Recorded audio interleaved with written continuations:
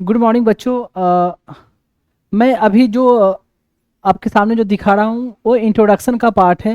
हालांकि जब ये वीडियो आपके पास जब अवेलेबल होगा तब तक मैं बता दूं कि मैंने पॉलिटी की जो पूरी सिलेबस है ऑलरेडी ख़त्म कर दिया है।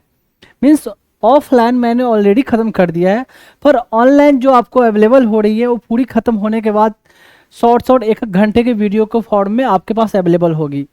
हालांकि जब क्लास ली गई है तो क्लास लॉन्ग, लगभग एक क्लास 3.5 आवर 4.5 आवर ऑलमोस्ट इतना चला है।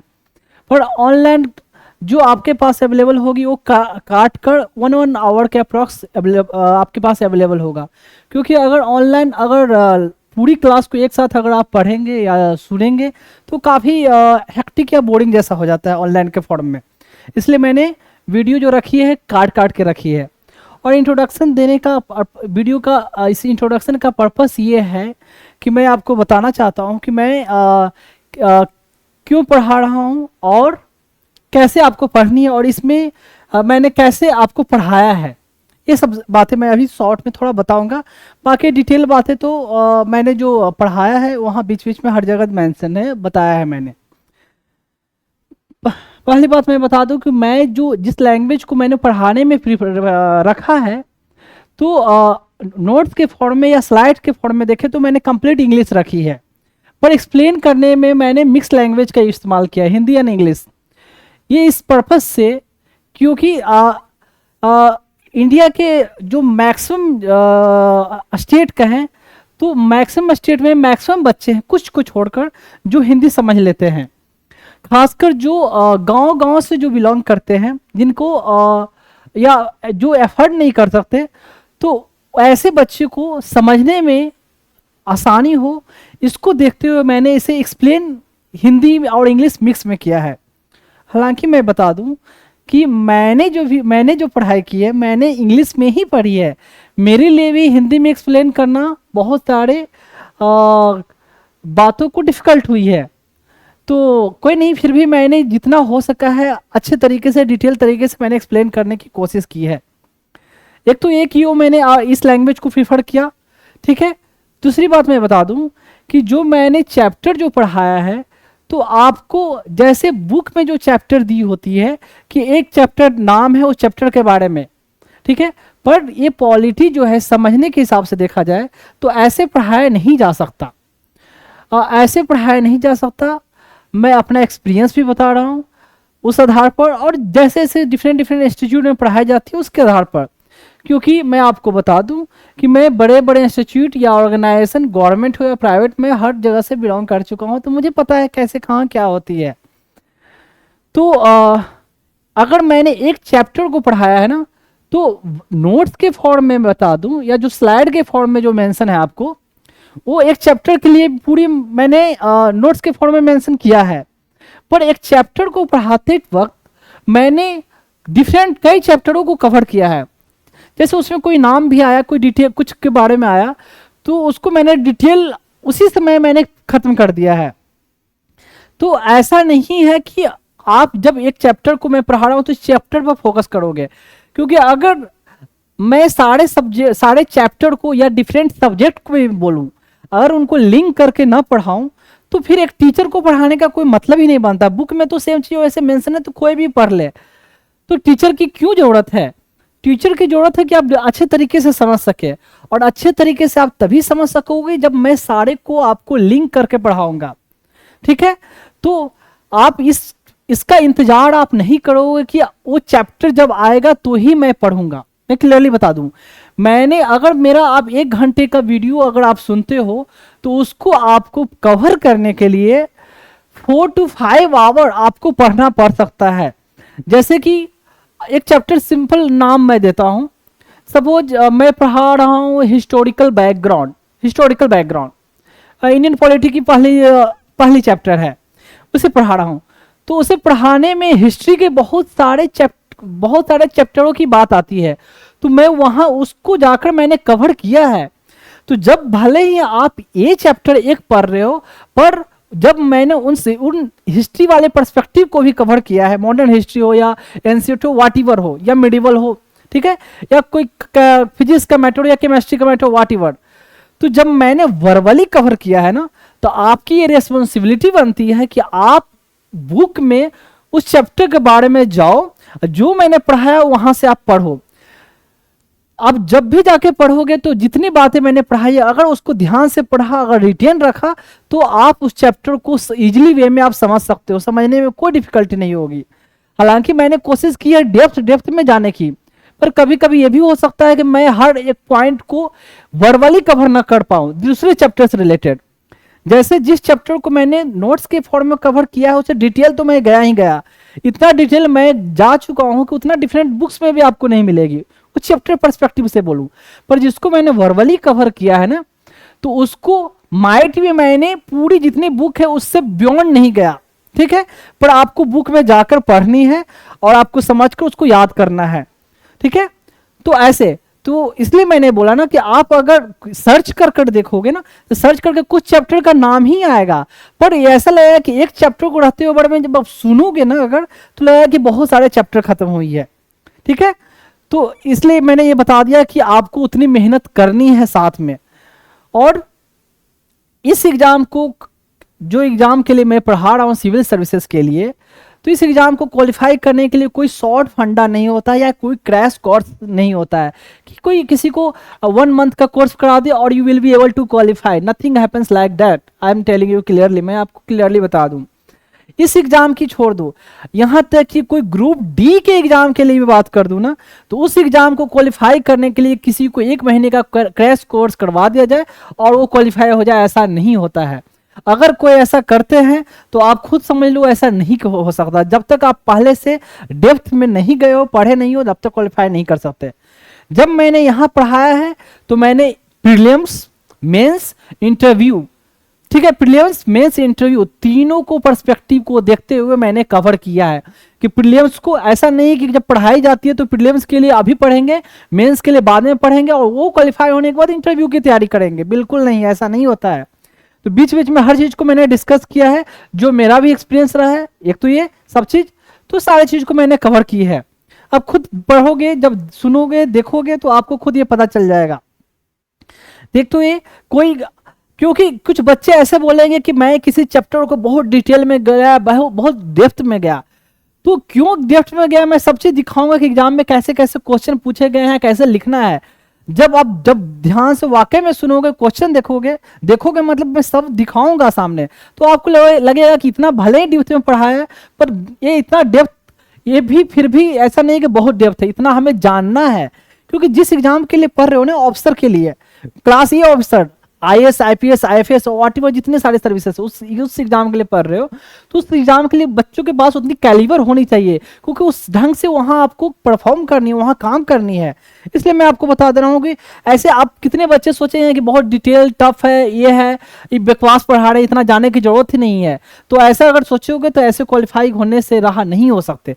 जो फैक्ट है, जो फैक्ट बात है। अब कितना घंटा पढ़ना है, ये सब वो बीच बीच में मैं डिस्कस करूंगा। एक तो ये समझ गए कैसे पढ़ना, की लैंग्वेज में क्यों कवर किया और कितनी आपको मेहनत करनी है, ये बता दिया। मैं दूसरी बात मैं बता दूं कि मैं जो ये पढ़ा रहा हूं उसका पर्पस क्या है। उसका पर्पस मेरा क्या है कि बेसिकली ये पढ़ाना, एक तो बच्चों को मतलब जो गरीब बच्चे भी है वो भी समझ सके, एक तो ये, ठीक। दूसरी बात,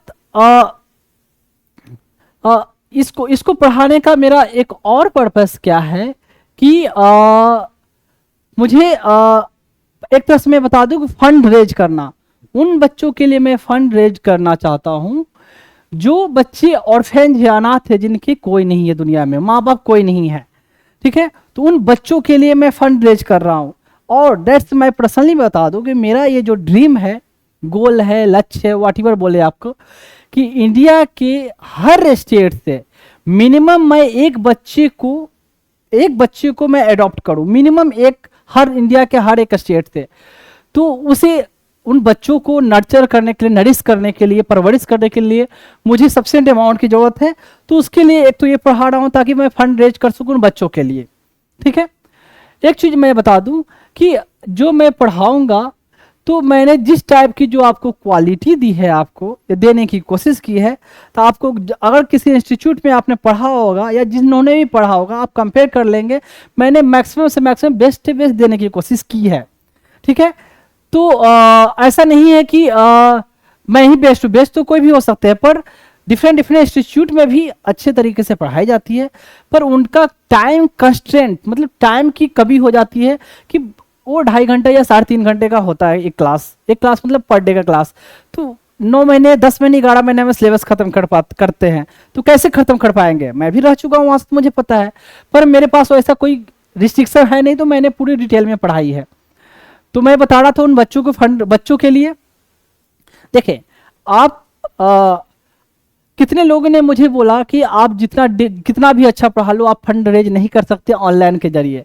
ट्रू, चलो कोई मान लिया भी जाए, पर जिनको ये खुद रियलाइज होगा वो खुद देंगे, कोई कंपलसरी नहीं है। और कि कोई ऐसा मेरे पढ़ाने में ऐसा नहीं है कि जब तक आप लिंक को पेमेंट नहीं करोगे आप आगे देख नहीं सकते।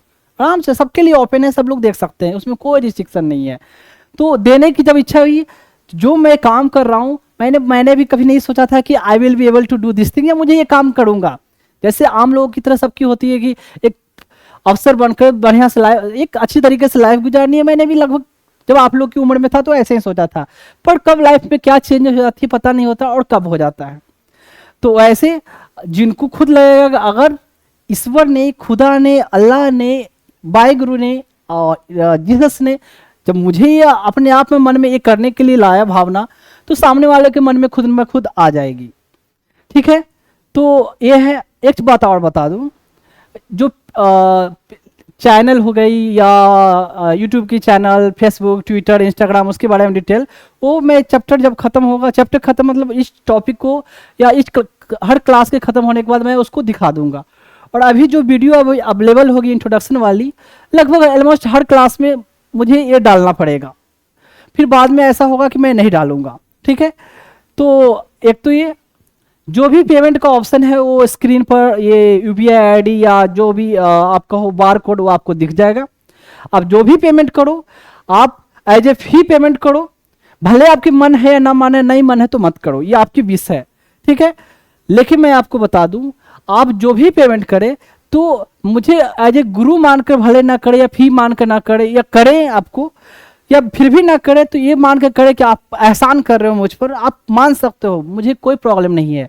मीन्स आप ये मान सकते हो कि आपने पेमेंट कर कर विकास कुमार पर एहसान किया, पर मैं आपसे ये रिक्वेस्ट करूंगा, तो उन बच्चों पर ये मानकर आप मत पेमेंट करना कि उन बच्चों पर एहसान कर रहे हो। क्यों मैं आपसे ये बोल रहा हूँ? क्योंकि मैं जो काम कर रहा हूँ ना, मैं एक्सेप्ट ये नहीं करता हूँ कि मैं जो कर रहा हूँ उन बच्चों पर एहसान कर रहा हूँ, बिल्कुल नहीं। हमें ईश्वर ने दिया, खुदा ने, भगवान ने, जीसस ने, वाहिगुरु ने हमें इतनी ब्रेन दी, तो इसलिए मैं ये कर पा रहा हूं। अगर वो नहीं दे पाते तो मैं नहीं कर पाता। ठीक है, तो जो भी दिया हुआ उनका है, इसलिए मैं कर पा रहा हूं। तो इसलिए वो बच्चे बेचारे ऑलरेडी बहुत एहसान में जब रह चुके हैं।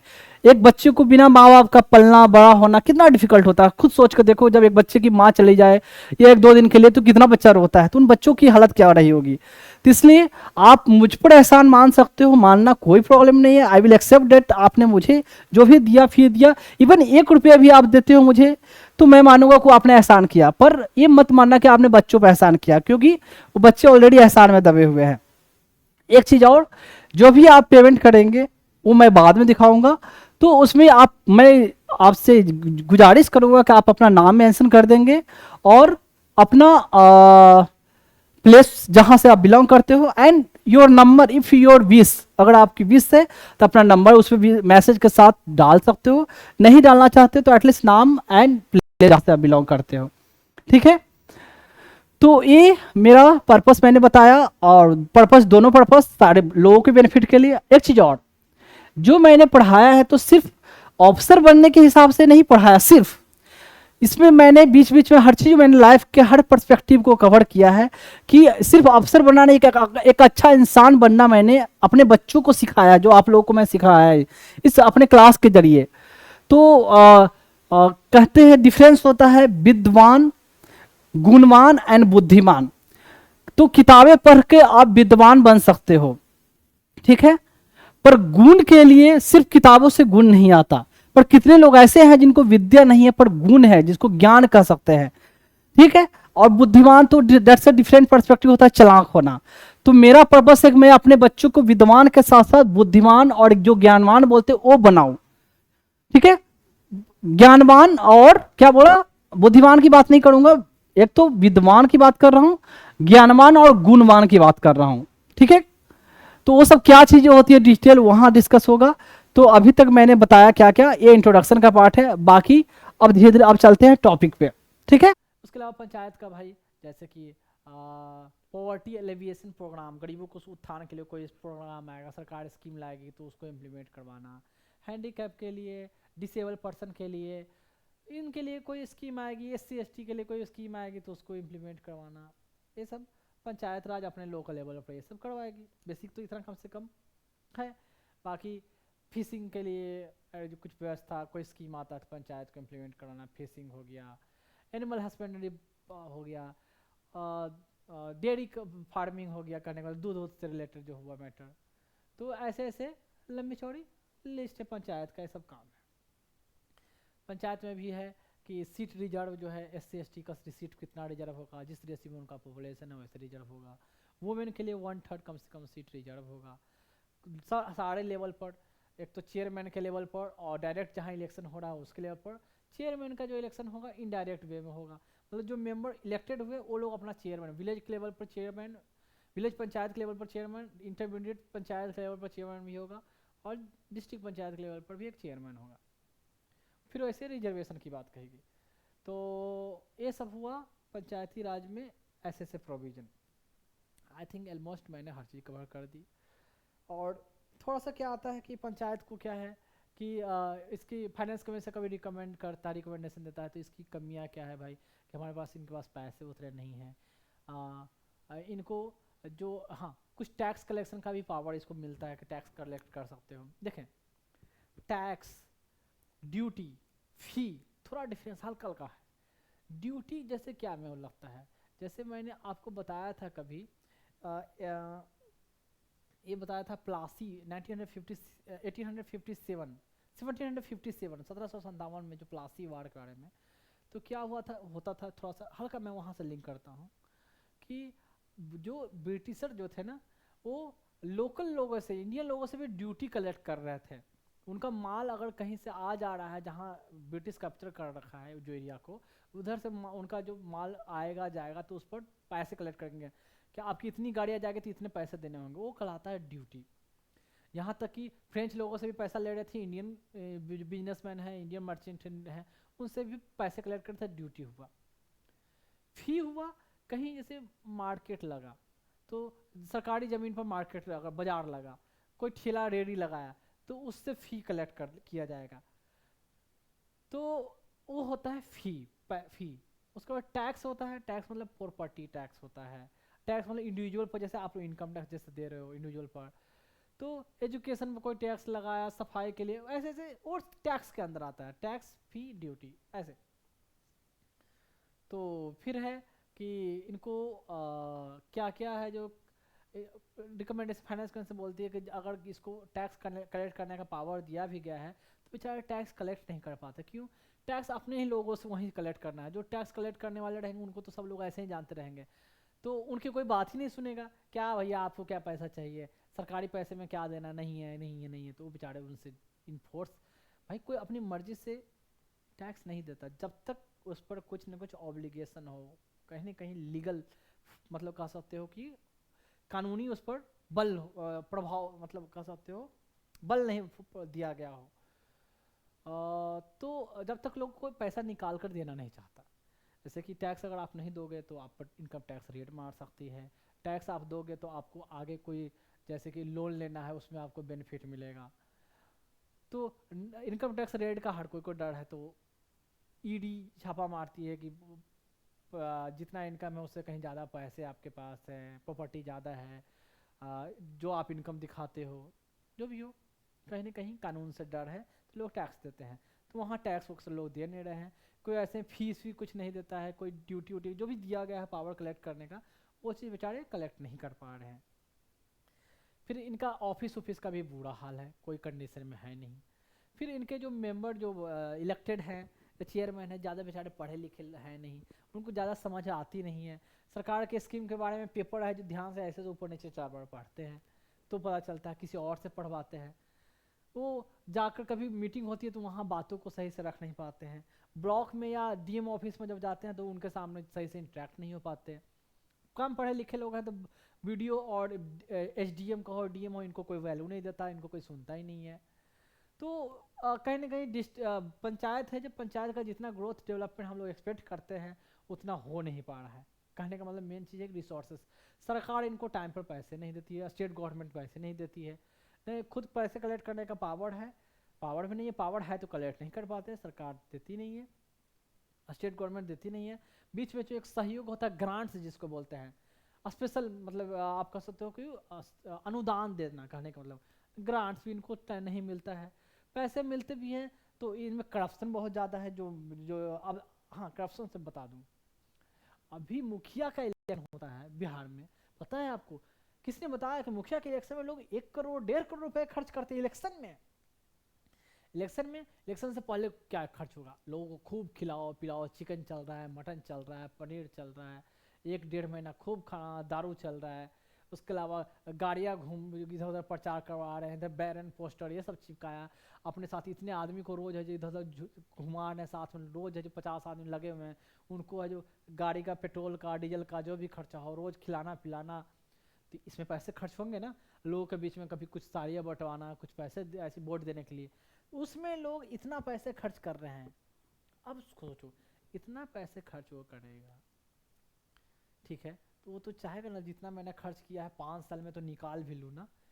और निकालेगा कैसे? निकाले जो काम उनको दिया गया है कि हाँ भाई आपको है जो सपोज 50 लाख का रोड बनवाना है, ठीक है, इतना स्कूल आपका सामुदायिक भवन बनवानी है, या स्कूल की बिल्डिंग तैयार करनी है, हॉस्पिटल की बिल्डिंग तैयार करवानी है, यहाँ पॉन्ड तैयार करवाना है, ऐसे यहाँ इतने प्लांट लगा पौधे लगवाना है। क्या करेगा वो? आया फंड 50 लाख का, काम कितने का करेगा? 10 लाख का काम करेगा, बाकी पेपर पर दिखा देगा। जहाँ और जो माल ओरिजिनल लगना चाहिए, जो ईंट लगना चाहिए, सपोज एक ईंट का दाम 20 रुपये है तो 5 रुपये वाला जो ईंट होता है वो लगाएगा, ये करेगा ना। ऐसे पौधे लगाएगा जो सस्ते सस्ते हो, बाद में सूख जाए, सब शुरू में पौधे लगाएगा, फोटो खींच के दिखा दे लगा दिया। बिल्डिंग में जो मटेरियल बनेगी सब सीमेंट लो क्वालिटी की, 1 साल बाद ही वो ऐसे गिरना शुरू हो जाए। तो खुद कमाने के लिए तो एक तो पैसा ऐसे करप्ट, अल्टीमेटली देखे करप्ट कौन है, अल्टीमेटली देखे ऐसे करेगा काम होगा नहीं। लोग करप्ट हैं, पैसा खा के लोगों ने वोट दिया, खाना खा खा के वोट दिया, जो चुन के आया। अब वो चाहेगा कि उसको कंपनसेट करने के लिए जो काम मिला उसमें मैं खुद खाऊं, वो भी करप्ट निकल गया।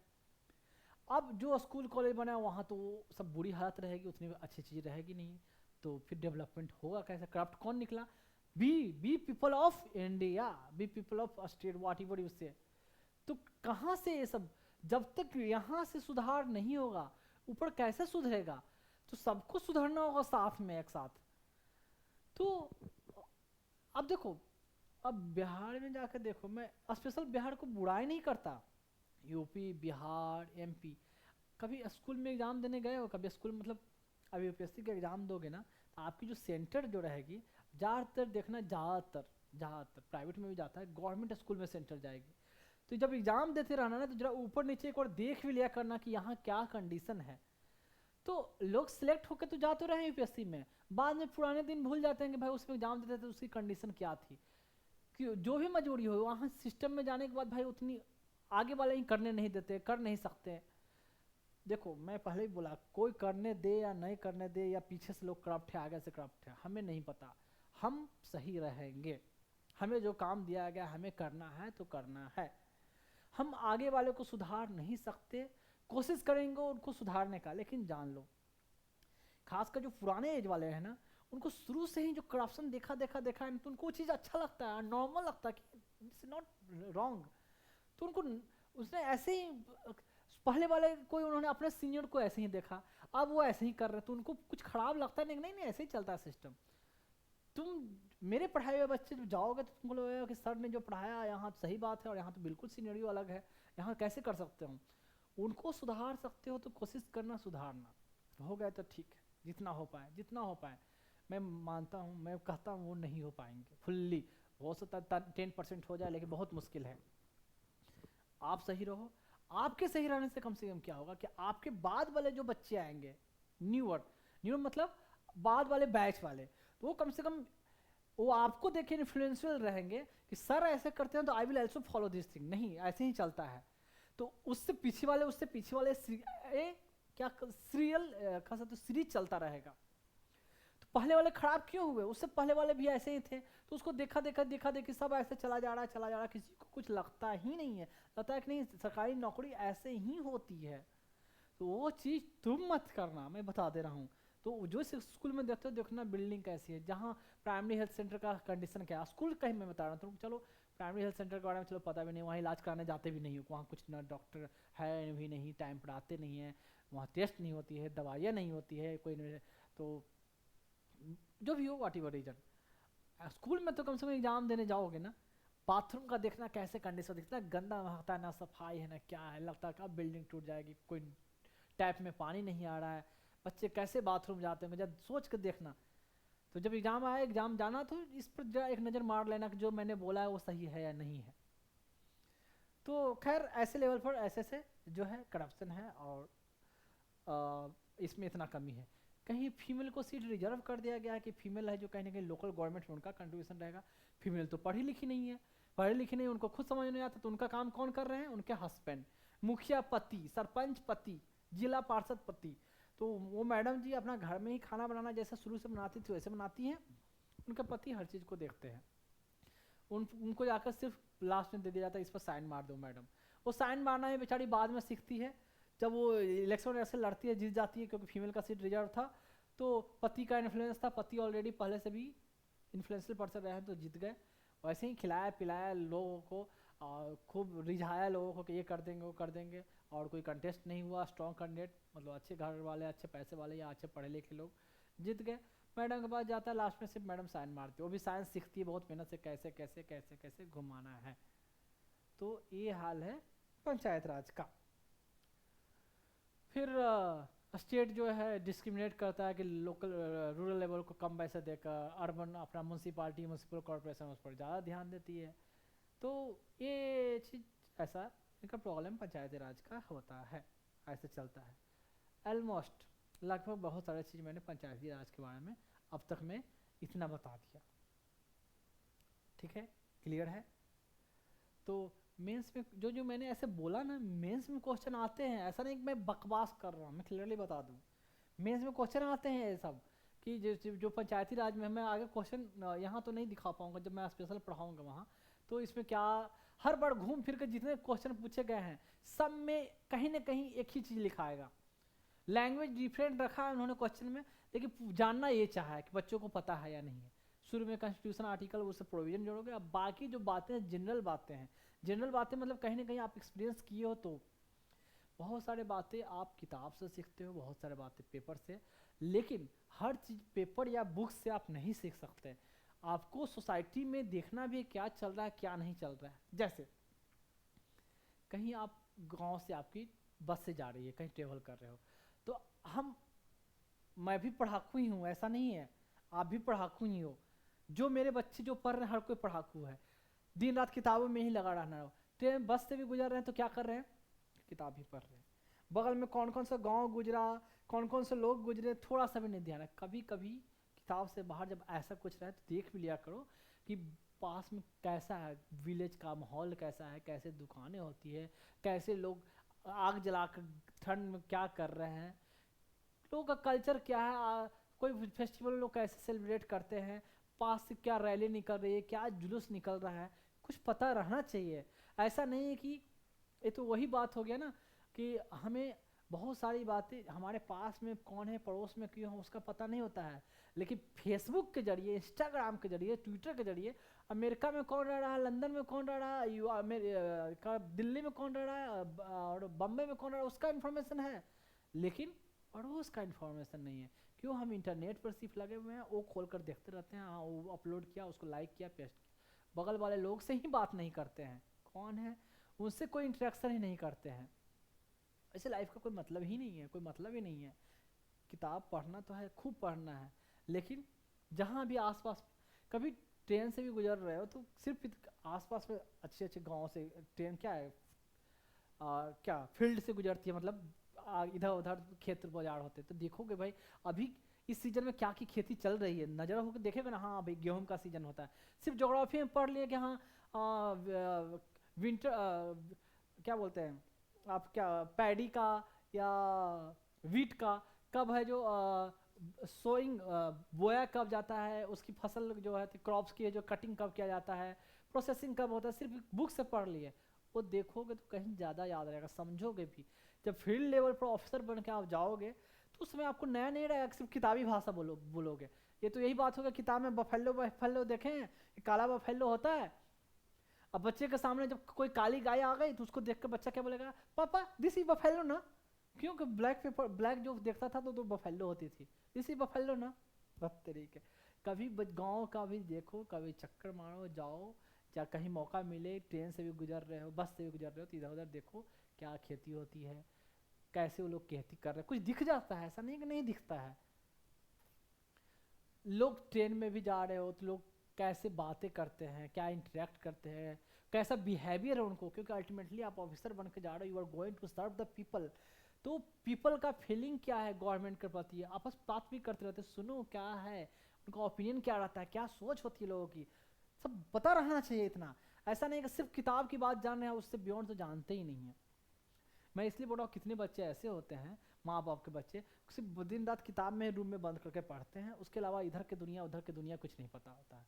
You are very good in subject, exam top करते हो, अच्छा रैंक लाते हो, और इंटरव्यू में तो अच्छी अच्छी, इंटरव्यू में तो क्या कहीं ना कहीं थ्योरेटिकल क्वेश्चन ही पूछते हो लोग।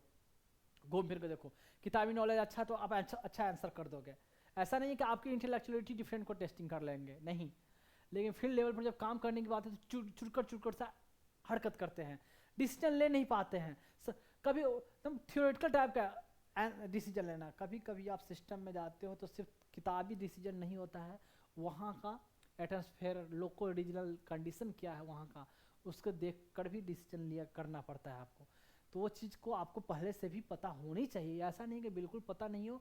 तब कॉन्स्टिट्यूशन में ये मेंशन है, ये प्रोविजन है, ये एक्ट कहता है तो हमें ये इंप्लीमेंट करना है, हर जगह ये चीज़ ये इंप्लीमेंट नहीं होती है। मैं सिंपल सा मेडिकल फील्ड में भी ऐसे सिंपल बता दूं, जो डॉक्टर होते हैं तो किताब में पढ़ते ये बीमारी में ऐसे ऐसे दवा, इतना डोज, रियल में जब प्रैक्टिस करते हैं जो पेशेंट पर, तो सेम फार्मूला अप्लाई नहीं होता है। वो पेशेंट का इकोनॉमिकल अफोर्डेबिलिटी क्या है, पेशेंट का बॉडी बिल्डअप क्या है, उसका कितना प्रॉब्लम है, कितना डोज देना है, वो आपको प्रैक्टिस से आती है।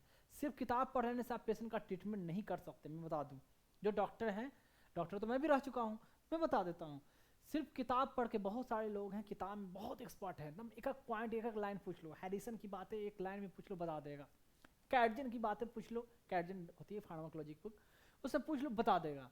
लेकिन पेशेंट ट्रीटमेंट की बारी में आई तो ये करना है वो करना है, कन्फ्यूज लोगों ने, पेशेंट ही क्यों नहीं कर रहा है, कभी ये चला दे रहा है, कभी ये चला दे रहा है, कभी हाई हाई चीज़ चला दे रहा है, लेकिन क्यों नहीं हो पा रहा है, पेशेंट उसके पास जाते नहीं है, सेटिस्फाई नहीं होते हैं उससे, ठीक नहीं हो पा रहे हैं। लेकिन नॉलेज तुम कुछ भी पूछ लो, एग्जाम ऐसे ही निकाल दिया है, हर चीज़ आता है उसे। तो वैसे जो अब जाते हो सर्विस में तो एग्जाम निकालना दैट्स अ डिफरेंट थिंग, लेकिन आपको मैं इतना कहीं ना कहीं मैच्योर बना रहा हूँ, आपको सिस्टम के बारे में पता होनी चाहिए क्या होता है। तो कहीं ना कहीं ये एग्जाम आप कोई सर्जरी करने के लिए, कोई बिल्डिंग आप डिजाइन करने के लिए नहीं जा रहे हो, एडमिनिस्टर करने के लिए जा रहे हो, तो सोसाइटी को एडमिनिस्टर करना है, तो सोसाइटी में क्या होता है क्या नहीं होता है कैसे पता रहना चाहिए, समझ गए। तो ये बोलने का ये मतलब है। अब देखो, ये तो ये हुआ ये हुआ ये हुआ। अब इसके बाद देखो, अर्बन गवर्नमेंट में भी है ना डिफरेंट टाइप्स होते हैं, जैसे कि म्यूनसिपाल्टी, म्यूनसिपल कॉरपोरेशन, ठीक। उसके अलावा notified area committee, town area committee, कहते हैं पोर्ट, पोर्ट ट्रस्ट होता है, कैंटोनमेंट बोर्ड होता है, स्पेशल पर्पस एजेंसी, ऐसे ऐसे। लेकिन कॉन्स्टिट्यूशन में क्या है ना, म्यूनसिपाल्टी को ऐसे बांटा गया है कि जो मैंने बताया म्यूनसिपाल्टी में भी तीन अलग से बांटा गया कि म्यूनसिपाल्टी तीन टाइप के होंगे। जो ये हुआ म्यूनसिपल कॉर्पोरेशन, जो ये है म्यूनसिपल कॉर्पोरेशन काउंसिल एंड नगर पंचायत, बड़े लेवल पर काउंसिल जो है, थोड़ा इधर मैं बता देता हूँ। देखो, म्यूनसिपल काउंसिल जो होगा, जितने काउंसलर जो इलेक्ट होंगे तो एक फॉर्म करेंगे, म्यूनसिपल काउंसिल कहलाएगा। म्यूनसिपल नगर कह सकते हो, नगर पालिका परिषद कह सकते हो, परिषद, म्यूनसिपल काउंसिल। उसके मेंबर कौन होंगे? Municipal councillor. एक मेंबर चेयर, उसके जो चेयरमैन होंगे वो मेयर कहलाएगा। एक काउंसिल हो गया। फिर म्यूनसिपल कमेटी होती है। कमेटी में क्या होता है कि किसी को बांट दिया जाता है। कमेटी में कई मेंबर होते हैं कि आपको हेल्थ देखना है, एजुकेशन देखना है, फाइनेंस देखना है, ऐसे ऐसे मेंबर नॉमिनेट किया जाता है, उसमें अपॉइंट किया जाता है। म्यूनसिपल कमिश्नर, एक म्यूनसिपल कॉरपोरेशन का एक कमिश्नर जो IAS ऑफिसर होता है, काफ़ी सीनियर जो होते हैं उनको बनाया जाता है। वो एग्जीक्यूट करना, कार्यान्वित जो सारे जो म्यूनसिपल लेवल पर जो है उसको एग्जीक्यूट करने का मतलब काउंसिल, जो काउंसलर जो है वहाँ एक तरह से लॉ ड्राफ्ट करने का काम कहने का मतलब उनका होता है काउंसलर का, इनको एग्जीक्यूट करने का म्यूनसिपल कमिश्नर। अब देखें, म्यूनसिपल जो काउंसलर हुए, काउंसलर कहते हैं, तो उन काउंसलर को कुछ फंड दिया जाता है कि आपको ये सब काम करवाना है अपने जगह, उनको पैसे दिए जाते हैं। वहाँ से पैसे निकलने के लिए, साइन करने के लिए म्यूनसिपल कमिश्नर जो होंगे वहाँ से, कमिश्नर ऑफिस से ये सब साइन होंगे, इतने पैसे आपके अलॉट होंगे, इतने पैसे फंड मिलेंगे, आपको काम करवाना है। तो म्यूनसिपल कमिश्नर का एक ऑफिस होगा, वहाँ के वे हेड होंगे, सारे फाइल पर अल्टीमेट जो साइन, पूरे दिन फाइल पर ही साइन करने में म्यूनसिपल कमिश्नर बिजी होता है। कोई भी आप पोस्ट पर जाओगे, आप बड़े पोस्ट पर, कोई भी फाइल फाइल फाइल फाइल, इतने से नीचे से लेवल पर उतनी फाइल हो जाती है कि साइन करते करते करते करते परेशान हो जाओगे। होता है, देख चुका हूँ तो मुझे पता है, बता रहा हूँ। तो ये होता है, देखो जो होंगे उनसे पूछ सकते हो। अभी जो है मैंने बता दिया एक्सपीरियंस, जब जाओगे तो एक्सपीरियंस करोगे ही। तो हुआ municipal council, corporation, municipal committee. अब देखें, म्यूनसिपाल्टी जो हुआ आपका हुआ, म्यूनसिपल कॉरपोरेशन बड़े लेवल पर, बड़े सिटी के लिए म्यूनसिपाल्टी कंपेयर टू छोटे, तो कह सकते हो कि 10 लाख से कम पॉपुलेशन कहते हैं, उसके लिए म्यूनसिपाल्टी हो गया। और ऐसे ही लोकल बॉडी जैसे हो गया, उसके लिए भी ये काउंसिल, कॉरपोरेशन, जो काउंसिल कमेटी ऐसे ऐसे होंगे। उसके भी एक होंगे कमिश्नर नहीं होते हैं, जैसे कि जो एग्जीक्यूटिव जो अथॉरिटी होते हैं म्यूनसिपल कमिश्नर न के, उनके लिए स्टेट जिनको डेजिग्नेट करें। फिर होता है क्या, नोटिफाइड एरिया कमेटी। तो कुछ एरिया जो फास्ट ग्रो कर रहा है, फास्ट डेवलप कर रहा है, उसके लिए भी एक लोकल लेवल पर, मतलब कहीं ना कहीं वहाँ से इकोनॉमिक, वहाँ से कहीं ना कहीं इंडस्ट्री ज़्यादा, इंडस्ट्री सेटअप हुआ, डेवलप हुआ, उसके लिए, उसको आसपास के लिए सिविल एडमिनिस्ट्रेशन, सिविक एडमिनिस्ट्रेशन के लिए, सिविक मतलब क्या, रोड, नाली, लाइटिंग, ये सब वहाँ के लोकल लेवल पर, एजुकेशन, सफाई, कूड़ा करकट हटवाना, मेला लगना और मार्केट लगना, ये सब करने वाला सिविक फंक्शन के लिए नोटिफाइड एरिया कमेटी, उसको डेजिग्नेट कर दिया जाता है। उसके लिए पर्सन नॉमिनेट कर दिए जाते हैं कि हाँ ये चीज़, ये आप देखोगे, डिफरेंट डिफरेंट काम बांट दिया जाता है, नोटिफाइड एरिया कमेटी। फिर आता है आपका टाउन, कह सकते हो क्या, टाउनशिप जो है। टाउनशिप जो होता है क्या, कि ऐसे बोलते हैं उसको, टाउनशिप बोलते हैं कि जहाँ कोई पब्लिक इंटरप्राइजेज हो, सरकार की कोई बड़ी कंपनी हो या इंडस्ट्री हो, उसके चारों ओर आसपास के एरिया को सिविल, जहाँ उसके एम्प्लॉय सब रह रहे हैं, उनको क्वार्टर है, रेसिडेंस है, वाटिवर, वहाँ के एडमिनिस्ट्रेशन करने के लिए टाउनशिप होता है। उसके मेंबर कुछ इलेक्टेड होते हैं, कुछ नॉमिनेट किया जाता है, बिना इलेक्शन के डायरेक्ट अपॉइंट किया जाता है। वो इस गवर्नमेंट एम्प्लॉय को सरकार चाहे तो अपना अपॉइंट करे, कैसे एडमिनिस्टर करना है उसके लिए अपना रूल कुछ होता है। तो हुआ टाउनशिप। कैंटोनमेंट बोर्ड होता है क्या, कि कहीं अगर डिफेंस की, मिलिट्री का, या कह सकते हो कि ट्रूप्स जहाँ रहते हैं, मतलब छावनी है, ठीक है, उसके आसपास के एरिया का भी जो सिविलियन लोग रहते हैं उसके एडमिनिस्ट्रेशन करने के लिए एक होता है कैंटोनमेंट बोर्ड। जैसे दानापुर कैंटोनमेंट बोर्ड, दानापुर का जो एरिया छावनी है उसके आसपास का सिविक एडमिनिस्ट्रेशन। फिर ऐसे बहुत सारे हैं, आगरा का है, इलाहाबाद का है, बरेली का है। तो वहाँ कई, इंडिया में लगभग आई थिंक 50-60 के आसपास कैंटोनमेंट बोर्ड है। उसको एडमिनिस्टर करने के लिए, वहाँ का सिविक एडमिनिस्ट्रेशन देखने के लिए, वही सब जो काम है उसके लिए होता है क्या, कैंटोनमेंट बोर्ड। कैंटोनमेंट बोर्ड के जो क्या होते हैं, चेयरमैन होंगे, जो वहाँ छावनी के जो हेड है, कमांडिंग इंचार्ज है, कमांडिंग ऑफिसर है। जैसे एयरफोर्स में होता था AOC air officer, air force AOC air officer होता है कमांडिंग मतलब, एंड होता था क्या कहते थे क्या कि बताता हूँ, जैसे एक होता था कमांडर, एक होता था AOC। बड़ा स्टेशन हो तो उसके लिए AOC होता था उनका हेड, कंपेयर टू छोटे स्टेशन हो उसके लिए कमांडर होता, डेजिग्नेट होता था, कमांडर नाम होता था, उनको दिया गया है कमांडर, बोला गया है AOC कमांडर। वैसे मिलिट्री लेवल पर जैसे कि कह सकते हैं आर्मी लेवल पर होता है, वहाँ के जो हेड होंगे उनको जो भी डेजिग्नेशन हो, रैंक होगी वैसे ही, या कर्नल हो सकते हैं या उससे बियॉन्ड रैंक हो सकती है। तो वो जो होंगे वो चेयरमैन होंगे उस कैंटोनमेंट बोर्ड के। उसके अलावा कुछ आर्मी ऑफिसर और भी हो सकते हैं। फिर वहाँ इलेक्शन भी होगा, सिविलियन लोग वोट करेंगे, उनके मेंबर हो सकते हैं, कुछ इंजीनियर हो सकते हैं, ऐसे ऐसे ऐसे डिफरेंट डिफरेंट लोग मेंबर होते हैं, वो कैंटोनमेंट बोर्ड का ही है। पोर्ट ट्रस्ट का होता है, पोर्ट कि कहीं कहीं जैसे मुंबई में, कोलकाता में पोर्ट है, पोर्ट के आसपास में सिविलियन लोग रहते हैं, उनका उनके लिए कोई कह सकते हैं लोकल लेवल पर जो गवर्नमेंट चलाना है, तो वहाँ के लोगों में कुछ इलेक्शन होगा, कुछ नाम नॉमिनेट किया जाएगा, सरकार करेगी, वहाँ एडमिनिस्ट्रेशन कैसे करना है, तो उसके लिए बनाया गया है पोर्ट ट्रस्ट। फिर होता है special purpose agency. Special purpose agency होता है एक टाइप का जो कह सकते हो लोकल गवर्नमेंट में ही, लोकल अर्बन गवर्नमेंट में, कि कुछ कुछ एजेंसियां ऐसे बनाई गई हैं जो उसको ऑटोनोमस दिया गया है, अपना इंडिपेंडेंट रखा गया, अपना पावर दिया गया, उसमें डायरेक्टली कोई इन्वॉल्व नहीं होगा, वो अपने हिसाब से चला सकती है। जैसे पोल्यूशन कंट्रोल करने का पोल्यूशन कंट्रोल बोर्ड, इलेक्ट्रिसिटी के लिए इलेक्ट्रिसिटी बोर्ड होता है,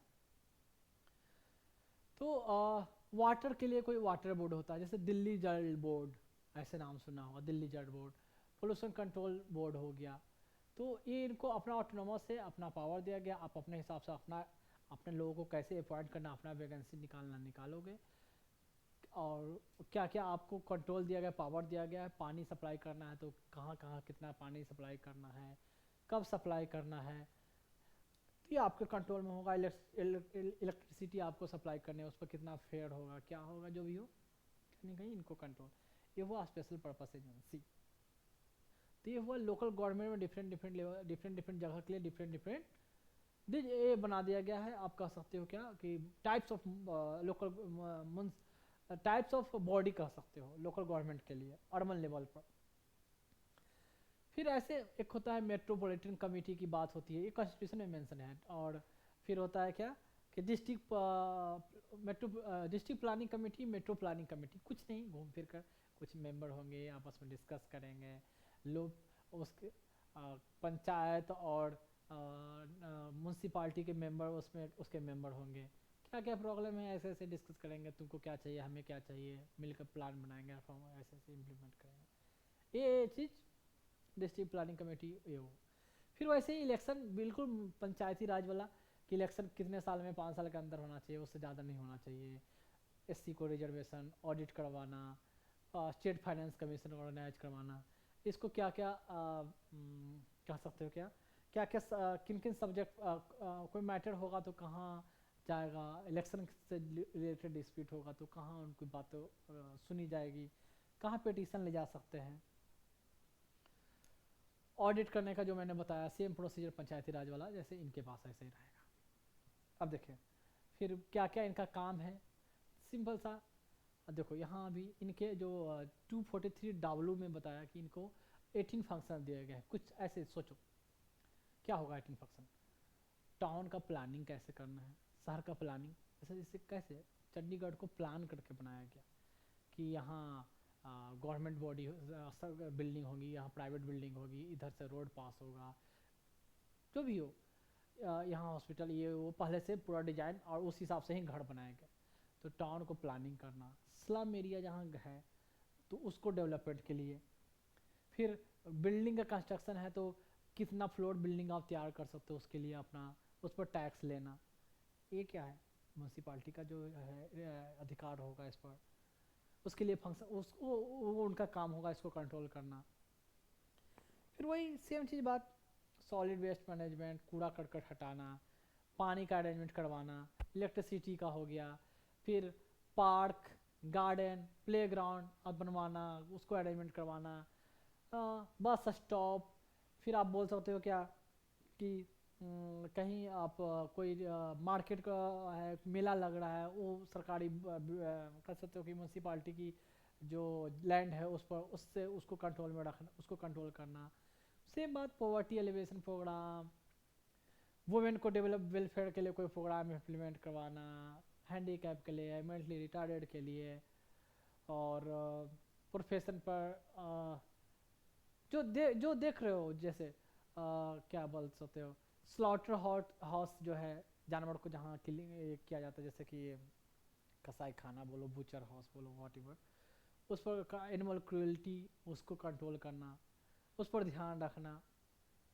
फिर मॉर्चुअरी जहाँ या तो मरने के बाद बॉडी दफनाई जाती है, यहाँ जहाँ जलाई जाती है, ब्यूरियल किया जाता है, इलेक्ट्रिक मॉर्चुअरी है वहाँ, वो सबको कंट्रोल करना। उसके लिए बर्थ होता है, डेथ होता है, वो रजिस्ट्रेशन जैसे होता है ना, म्यूनसिपाल्टी से आपको बर्थ सर्टिफिकेट चाहिए तो आपको जाना होगा कहाँ, वो नगर पालिका या नगर पंचायत से आपका कर सकते हो, नगर निगम से आपका बर्थ सर्टिफिकेट बनता है, तो वो सर्टिफिकेट बनाना इनका ही काम है। तो ऐसे छोटे लंबे छोटे ऐसे 18 फंक्शन इनको ऐसे ऐसे दिया गया है। म्यूनसिपल कॉरपोरेशन को कहो या म्यूनसिपल पार्टी को कहो या लोकल अर्बन गवर्नमेंट को कहो। अब इनके पर इनमें भी क्या लिमिटेशन है, वैसे ही फंड का भी इनका भी वैसे ही है, फंड का लिमिटेशन है, सरकार से फंड नहीं मिलता, ग्रांट्स नहीं मिलता, ये लोन भी सरकार से ले सही से नहीं सकते, मिल नहीं पाता है। करप्शन तो वैसे ही करप्शन है, काम नहीं होता है। इनके साथ साथ इनका काम जो है किसी और बॉडी को भी, स्पेशल पर्पस जो एजेंसी ने बताया, इनका काम भी किसी और को दे दिया गया है। इनको टैक्स सही से मिल नहीं पाता है, टैक्स कलेक्ट नहीं कर पाते हैं। तो ऐसे इनका भी घूम फिर कर आपको, जैसे पंचायत का आप खुद सोसाइटी में देख रहे हो तो इनको क्या प्रॉब्लम है, या कह सकते तो म्यूनसिपाल्टी जैसे पटना म्यूनसिपाल्टी क्यों नहीं अगर ज़्यादा डेवलप है, क्यों रिसोर्सेज इसके पास उतने नहीं है, क्यों, चलो मान ले रिसोर्स के कह सकते हो कि इनको टैक्सिंग पावर ज़्यादा नहीं दी गई है। टैक्सिंग पावर दिया गया है तो देखो, हम आप जो कह सकते हो पटना म्यूनसिपल कॉरपोरेशन में जो ऑफिसर हैं क्या करते हैं, देखो नीचे लेवल पर प्रॉपर्टी टैक्स है, कहा गया है अगर कि आपको कोई 2 फ्लोर का हाउस है अगर, तो आपको ईयर 5,000 टैक्स देना है। 4 फ्लोर का हाउस है तो 10,000 आपको प्रॉपर्टी टैक्स देना है। आदमी के पास जाएगा तो 4 फ्लोर का है तो आपको 10,000 देने होंगे, तो सर ऐसा करो 10,000 मतलब 6,000 मैं दे देता हूँ, 7,000 मैं दे देता हूँ, तो ठीक है। पेपर पर क्या दिखाएगा, 2 फ्लोर है, अब बाकी 5,000 दिखा के 2,000 रुपया खुद रख लिया, या पेपर पे एक ही फ्लोर दिखाया, अब बाकी एक फ्लोर का मान लीजिए 2,000 रुपये बनता है, 2,500 बनता है, 2.5 फ्लोर पेपर पर दिखाया, बना हुआ है 4 फ्लोर, बाकी जो उससे आदमी से 7,000 लिए, आदमी सोचा क्या 3,000 मेरे बच गए, जो बाकी पैसा खुद रख लिया, तो टैक्स सही से कलेक्ट हो नहीं रहा है, तो म्यूनसिपल कॉर्पोरेशन के पास पैसे पहुंच नहीं रहे हैं। रोड पर ठेले वाले लगाते हैं म्यूनसिपल कॉर्पोरेशन के अगर जो ज़मीन पर, तो उसमें क्या करेंगे, ठेले वाले से पैसे खुद रख लिए, दिखा 10 ठेले लगते हैं तो दिखाया कि 2 ही ठेले लगे हैं, बाकी पैसा खुद ऑफिसर को हो या कर्मचारी को हो, खुद पैसे रखा गए, तो पैसा आए कहाँ से। पानी पर जो बिल लेना है, पानी का जो बिल लेना है, पानी का बिल सही से कलेक्ट नहीं कर रहे हैं, कोई पानी की चोरी कर रहे हैं, बिजली का भी, अगर बिजली तो ऐसा अब तो हो गया है कि भाई टोटली प्राइवेटाइज हो गया, तो जो भी उनका सोर्स ऑफ इनकम रहा तो होना चाहिए, तो उतना इनकम कलेक्शन नहीं हो पा रहा है, उतना रेवेन्यू इनके पास है नहीं, सरकार भी देती नहीं है क्योंकि सरकार कहती कि हम तो खुद पैसे नहीं है। स्टेट गवर्नमेंट बिहार में देखते हो बार बार नीतीश गवर्नमेंट बार बार क्या बोलती है कि हमें सरकार से पैसे चाहिए, स्पेशल स्टेटस और पैसे चाहिए, सरकार पैसे नहीं देती है, ऐसे ऐसे बहाने बात ऐसे चलते रहती है, और हम लोग खुद करप्ट हैं, अल्टीमेटली लोग करप्ट हैं, ऑफिसर तो हैं ही, लोग करप्ट हैं कि पैसा बचाने के चक्कर में देते नहीं है और पैसा कोई और खा जा रहा है, अगर वो पैसा जाता है म्यूनसिपल कॉरपोरेशन को। बात अब ये है, तो लोगों को क्या लगता है कि ऑफिसर भी करप्ट है, हम पैसा देंगे तो फाइनली वो खा लेंगे, पैसा जमा करेंगे, फिर काम के लिए जो पैसा आएगा जितना पैसा देना चाहिए खुद कमीशन खुद खा लेंगे, काम ज़्यादा होगा नहीं। तो ये लोग भी तो करप्शन करेंगे तो हम पैसा क्यों दें। घूम फिर के देखो ये साइकिल चला रहा है, जब तक साइकिल टूटेगा नहीं सुधार होगा नहीं। साइकिल में घूम फिर के वही फिसता लोग काम करेंगे नहीं। वो करप्ट है, वो सोचेगा वो करप्ट है, वो सोचेगा वो करप्ट है, हम क्यों दें, हम देंगे में तो यूटिलाइज सही से नहीं होगा। तो अल्टीमेटली अच्छा ना होने को जाए। क्या हो रहा है वो पता ही है, क्या देख रहे हो, इसमें बोलने की क्या बात है। ये सिस्टम का ऐसा हाल है। एग्जाम बच्चे देते हैं, एग्जाम में बहुत अच्छे तरीके से लिखते हैं। इंटरव्यू जब होता है तो इंटरव्यू में बहुत कॉन्स्टिट्यूशन की बात करते हैं, मॉरलिटी की बात करते हैं, एथिक्स की बात करते हैं। वाकई में जब बच्चा नया जाता है तो ऐसा रहता है, बाद में जब सिस्टम में जाता है तो देख कर ऐसे करप्ट। कुछ तो ऐसे रहते हैं कि आई थिंक जो 100% जो क्वालिफाई करते हैं उसमें 30% तो ऐसे रहते हैं जो आंसर अच्छे से करते हैं, लेकिन जाते हैं शुरू से ही मन में करप्शन का भावना ज़्यादा है तो खूब चूस लेना है, खूब लूट लेना है। लूट क्या लोगे, मर जाओगे तो कुछ तो लेकर नहीं जाओगे। बाल बच्चे गलत तरीके से वैसे होगा, बाल बच्चे भी वैसे रहेंगे, वैसे कमीने रहेंगे। एक जनरेशन के खत्म होने के बाद दूसरा जनरेशन को तुमको याद भी नहीं रहेगा, तुमको याद भी नहीं करेंगे कोई थे जो बना के चले गए थे। बना के क्या गए, गलत करके तुम्हारे बाल बच्चे निकम्मे रहेंगे, उनसे कोई और लूट लेगा। तुम मर जाओगे, ऊपर से देखना होगा, देखते रहना क्या हो रहा है, वो कोई और लूट लेगा। जितना गलत करोगे गलत तरीके से निकलेगा। हमेशा परेशान, ये टेंशन वो टेंशन है, बीपी शुगर थायराइड, यहाँ दर्द वहाँ दर्द, नींद नहीं आ रही है, ये सुना के चला जाएगा, ये सुना। जितना गलत काम करोगे ऐसे ही हालत। जितना ऑनेस्ट सही तरीके से रहोगे, आप सही हो तो कोई आपको बोल नहीं सकता, कोई आप पर उंगली उठा नहीं सकता। आप बोल रहोगे, कॉन्फिडेंस से रहोगे, किसी के सामने जाना है वेर हुईवर, आपने गलत नहीं किया है तो आपके सामने पीएम हो, सीएम हो, प्रेसिडेंट हो, बिल्कुल दम, बिल्कुल फ्रैंक बोलोगे, कॉन्फिडेंस रहोगे, कोई डर ही नहीं। हाँ तो है, कोई नहीं ट्रांसफर कर देगा, जहाँ जाएंगे वहाँ सही से वही काम करना है मुझे, मैं अपने ऑनेस्टी से करूँगा। क्या मतलब, वहाँ भी जाऊँगा तो यही काम करना, कहीं भी रहूँगा मुझे काम करना है, अपने ऑनेस्टी से मैं करूँगा। जहाँ भी जाओ अपनी अलग पहचान बनाओ, लोग तुम्हें पोस्ट से तो जाने, ऐसा नहीं है कि लोग आपके पोस्ट और आपको रैंक से जाने। वो तो अलग शुरू में आइडेंटिटी है, लेकिन बाद में लोग आपके पोस्ट और रैंक से ना जान के आपको जाने, आपके नाम से रिस्पेक्ट हो। ऐसा ना हो कि जब तक आप पोस्ट पर हो, रिटायर होने के बाद कोई आपको कुत्ता भी नहीं पूछ रहा है। ये शो करेगा कि आपने पहले कितना अच्छा किया है, लोगों के लिए कितना अच्छा किया है। आप भले ही सेक्रेटरी ना हो, डीएम ना हो, रिटायर हो गए, लेकिन आपने लोगों के लिए अच्छा किया तो उसके बाद भी आपको वही रिस्पेक्ट मिलेगा जो पहले मिल रहा था। अगर अच्छा नहीं किया तो रिटायर होने के बाद सामने से गुजर जाओगे, आपके ऑफिस का पीए भी गुजर जाएगा, आपको विश तक नहीं करेगा, ये हालत हो जाएगी। होती है, देखो ऐसे है। फॉर्मर या जानबूझ के सामने आए तो नजर चुरा के निकल जाएगा कि सामने देखो ना, बुढ़े को कुछ बोलना ना पड़े, टोक ना दे। लेकिन आप अच्छा रहोगे तो कहीं भी जाओ वैसे ही। तो अल्टीमेटली रिटायर भी होगा तो इतने पैसे आपके पास रहेंगे कि आप अच्छी तरीके से खा सकते हो, पी सकते हो, शान से रहो। जिंदगी मिली है, मस्त जियो, शान से जियो, डर कर नहीं, किसी के दबाव में नहीं।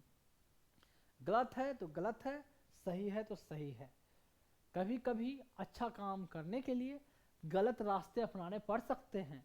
अच्छा काम जैसे कि ऊपर से प्रेशर आ गया कि वो काम आपको करना है, आपको पता है वो गलत है, तो उसको ना करना है तो कुछ अलग तरीका अपनाना पड़ेगा।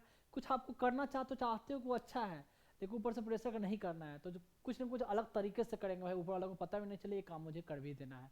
अगर आप किसी के वेलफेयर के लिए, अच्छा के लिए कर रहे हो, भले ही गलत तरकीब अपनाना पड़ गया उस समय, क्योंकि हर चीज़ कानून के हिसाब से चलने पर कभी कभी होता है कि बिल्कुल नहीं हो पाता, बिल्कुल कानून से देखा जाए तो नहीं हो पाता।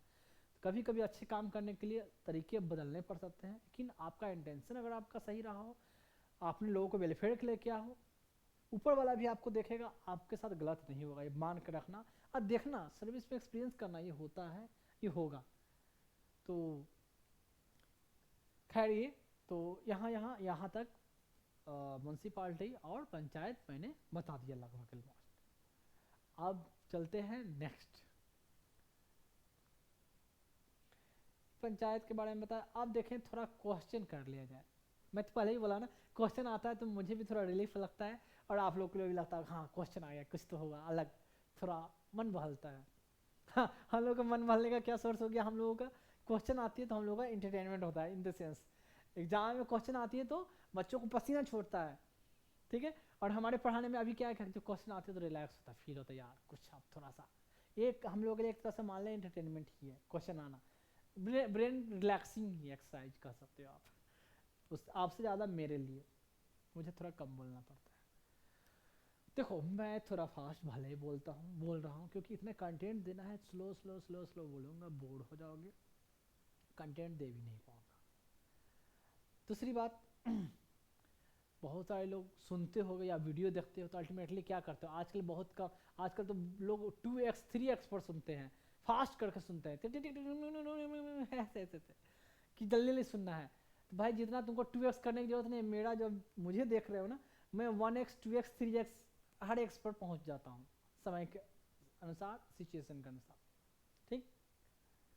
तो अब देखिए क्वेश्चन देखें, क्वेश्चन है ये 2017 का सिविल सर्विस 2017 का क्वेश्चन है, local self government can be best explain as an exercise in किस में, फेडरलिज्म में, democratic decentralisation, administrative delegation, direct democracy. Direct democracy तो हमारे यहाँ है नहीं, डायरेक्ट डेमोक्रेसी तो स्विट्जरलैंड में होती है। अब देखिए फेडरलिज्म, तो लोकल गवर्नमेंट से पहले फेडरलिज्म तो था ही, फेडरलिज्म तो सिर्फ लोकल स्टेट गवर्नमेंट और सेंटर ऐसी वो है। एडमिनिस्ट्रेटिव डेलीगेशन, सिर्फ एडमिनिस्ट्रेटिव डेलीगेशन थोड़े ही दिया गया है, उसके साथ साथ ये हुआ डेमोक्रेटिक डिसेंट्रलाइजेशन, बार बार मैंने शायद चर्चा किया है, नहीं चर्चा किया है। डेमोक्रेटिक मतलब लोकतांत्रिक, डिसेंट्रलाइजेशन का मतलब होता है विकेंद्रीकरण, कहीं सेंटर का कंट्रोल ना, और डेमोक्रेटिक मतलब लोगों के द्वारा ही, और सेंटर से कंट्रोल हटा के लोगों को ही कंट्रोल दिया गया, तो ये हुआ डेमोक्रेटिक डिसेंट्रलाइजेशन। ये पहले मैंने कहीं स्लाइड में हो सकता है चर्चा किया हो या ना किया हो, आई डोंट नो, पर ये एक बार देख लेता हूँ, मुझे भी ध्यान नहीं है, आई थिंक मैंने चर्चा नहीं किया है शायद, कोई नहीं, तो मतलब समझ ले, बाद में मैं जब वहाँ पढ़ाऊँगा आपको क्या बोलते हैं,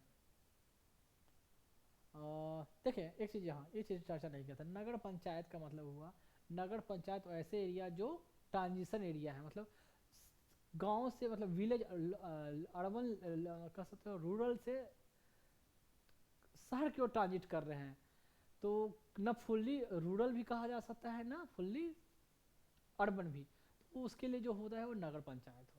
ये है काउंसिल कॉर्पोरेशन तो पता ही है, शायद मैंने डेमोक्रेटिक डिसेंट्रलाइजेशन ये वर्डिंग, हाँ देखो इस्तेमाल किया है, देखो डेमोक्रेटिक डिसेंट्रलाइजेशन वर्डिंग इस्तेमाल किया ही था, मुझे ध्यान में खुद नहीं आ रहा था कि लिखा मैंने स्लाइड में मेंशन किया या नहीं, डेमोक्रेटिक डिसेंट्रलाइजेशन।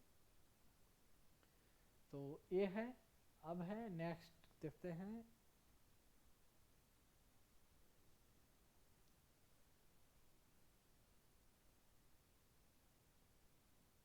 अब देखें 2005 का क्वेश्चन है, part 9 of the constitution of India, India कहते हैं part 9 of the constitution of India provisions for panchayat, 9 panchayat के लिए है, सही बात है, and was inserted by the constitution amendment act 1992, सही है 1992 द्वारा, पार्ट 9 में, 9A में म्यूनसिपल कह सकते हो कि लोकल अर्बन गवर्नमेंट, 9A वो भी 92 का अमेंडमेंट है, और 9A of the constitution of India contains provision of municipality, सही बात है, एंड आर्टिकल 243 क्यू, क्यू हमें क्यू नहीं बताया है ऐसे मैंने, अब देखें आंसर कर पाओगे, Q envisages 2 types of municipality, a municipal council, municipal corporation, क्या दो की बात की है, म्यूनसिपल काउंसिल और कॉर्पोरेशन पे एक्ट में दो की नहीं बात की है, for each and every state, तो ये दो की बात नहीं कही, म्यूनसिपल काउंसिल एंड कॉर्पोरेशन की बात नहीं कही गई है, क्या की यहाँ देखो मैंने चार्ट दिखाया है, नगर पंचायत इसका भी प्रोविजन दिया गया है, 3 की बात कही गई है, कॉर्पोरेशन काउंसिल एंड नगर पंचायत, ये एक्ट में मेंशन है, तो भले हमें एक्ट नहीं एग्जैक्ट नेम वाइज नहीं पता है, लेकिन प्रोविजन तो पता है ना, तो प्रोविजन पता है तो आंसर आप करो, तो भले 243 Q I J K L M N O P Q I don't know, नहीं पता है एग्जैक्ट, इतना याद करने की जरूरत भी नहीं है, इतना से आप आंसर कर सकते हो। तो ऐसे ही उतने सारे कॉन्स्टिट्यूशन का आर्टिकल है, मैं बाद में बताऊंगा कौन कौन से याद करने लायक है, ऐसे सब याद करोगे तो कुछ भी याद फाइनली नहीं रह पाएगा। तो मैं तो वही बात मैंने बोला था ना कि बाद में लोगों को ये भी पता कंफ्यूज रहते हैं कि आर्टिकल 18 में क्या था, 19 में क्या था और 24 में क्या था, ऐसे। तो आंसर कौन सा होगा? ओनली वन सही है। दो क्यों गलत हो गया कि दो नहीं तीन की भी यूसेज किया गया, तीन की बातें कही गई है। म्यूनसिपल काउंसिल, कॉरपोरेशन एंड नगर पंचायत। अब देखें एक क्वेश्चन, 2000 का क्वेश्चन है। देखिए जो क्वेश्चन मैंने रखा है, इतनी सारी जो बातें बताई उससे मैंने क्वेश्चन नहीं रखा है, मैं क्लियरली बता दूं। क्वेश्चन सिर्फ मैंने रखा है जो मैंने स्लाइड में मेंशन किया in the form of your notes, उतनी भले मैंने सारी बता दी। उसका मैं क्वेश्चन जब भी होगा, जब मैं स्पेसिफिक टॉपिक पर जब कभी बताऊंगा पढ़ाऊंगा तो रखूंगा। अभी मैंने उतना ही रखा है जो आपका स्लाइड में मेंशन किया है, उसको पढ़कर आप आंसर कर सको। आंसर तो पूरे क्वेश्चन आप कर सकते हो जितना मैंने बोल दिया। कितनी जगह तो आपको छोड़ो, उतना ही बोलूंगा, पहले इतना देख लो। क्वेश्चन क्या है? 73rd कॉन्स्टिट्यूशन अमेंडमेंट एक्ट 1992 का जो 73rd कॉन्स्टिट्यूशन अमेंडमेंट एक्ट था, रेफर्स टू क्या है? Generation of gainful employment for the unemployed and under employed main and women in rural area. पहले ऑप्शन पढ़ लेते हैं। जनरेशन ऑफ देखिए, generation of employment for the able-bodied adult who are in need and desirous of work during the lean agriculture season, सी शायद लिखा है, season होगा शायद। laying the foundation for the strong and vibrant panchayat raj institution in the country, guarantee of right to life and liberty, security of person, equality for before law and equal protection without discrimination। देखिए ये तो article 14 की बात है, पता है ना article 14 की बात नहीं, ये आर्टिकल 21 की बात है, राइट टू लाइफ की बात हो रही है, guarantee of life and liberty, protection of life and personal liberty, वो सब आर्टिकल 21। अब है लेइंग द, अब देखें generation of gainful employment for employment की कहाँ बात हुई? सरकार की जब स्कीम आएगी तो इस स्कीम को इम्प्लीमेंट करवा कर एम्प्लॉयमेंट चलो जनरेट करवाएगी, कि मेन पर्पस ये थोड़ी था। Generation of employment for the able bodies adult who are in need, जिसको वर्क का जरूरत है उसके लिए एमजी नरेगा उड़ेगा जो स्कीम है, तो स्कीम अलग है और ये पंचायती राज इस पर्पज से इस्टेब्लिश नहीं हुआ। Laying the foundation of a strong and vibrant Panchayati Raj institution in the country. तो ऑप्शन तो क्लियरली सी बात है, इसमें तो जो थोड़ा सा पढ़ा भी हो सुना हो तो आंसर तो आंख बंद करके करेगा। तो 2000 का क्वेश्चन था। अब देखें उसका एक पॉइंट छूटा, कहते हैं both act transfer the representative democracy into participatory democracy and build democracy at grassroots level in the country। मतलब दोनों जो एक्ट बने, 73rd constitutional amendment act, 72 and 73rd constitutional amendment act, ये क्या किया? Act transfer the representative democracy. Democracy तो representative है ही हमारा, लोग रिप्रेजेंट कर रहे हैं, अपना रिप्रेजेंटेटिव भेज रहे हैं, इनटू पार्टिसिपेटरी डेमोक्रेसी। कहीं ना कहीं लोकल लेवल को ही पार्टिसिपेशन, जैसे कि एमएलए एमपी बन रहे हैं तो बड़े एरिया के लिए कोई एमएलए बनता है, उससे कहीं ज़्यादा एरिया के लिए एमपी बनता है, लेकिन कहीं ना कहीं कम कम क्षेत्र में भी कोई ना कोई नेता तो उभर गया ना, वार्ड काउंसलर कह सकते हैं, काउंसलर बनकर, वार्ड मेंबर बनकर, ऐसे।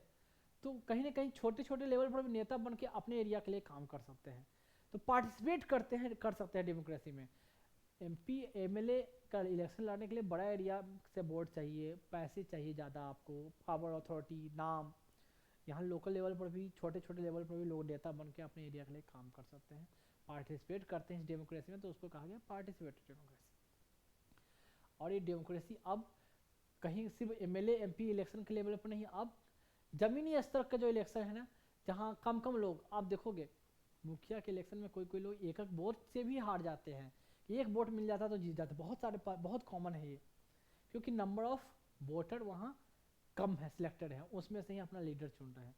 तो पार्टिसिपेटरी डेमोक्रेसी, जमीनी स्तर पर ग्रास रूट लेवल पर डेमोक्रेसी हुआ, तो इसको कहा गया democracy at the grass root level. और ग्रास रूट लेवल का मतलब यहाँ ग्रास मतलब घास, रूट मतलब जड़, तो घास की जड़ें नहीं है, मतलब जमीनी स्तर पर कहीं ना कहीं बेस लेवल पर ये हुआ। अब आएगा हमारा कोऑपरेटिव सोसाइटी, कोऑपरेटिव के बारे में देखिए। हाँ पहले मैं कोऑपरेटिव बाकी इसके जो जैसे पंचायती राज, लोकल ये म्यूनसिपालिटी, म्यूनसिपल कॉर्पोरेशन जो भी हो, उसके बारे में जो बताया पहले थोड़ा ये सब बता दूं, उसके बाद इसके बारे में तो बताना है ही। देखिए कोऑपरेटिव सोसाइटी के बारे में पहला पॉइंट देखा जाए,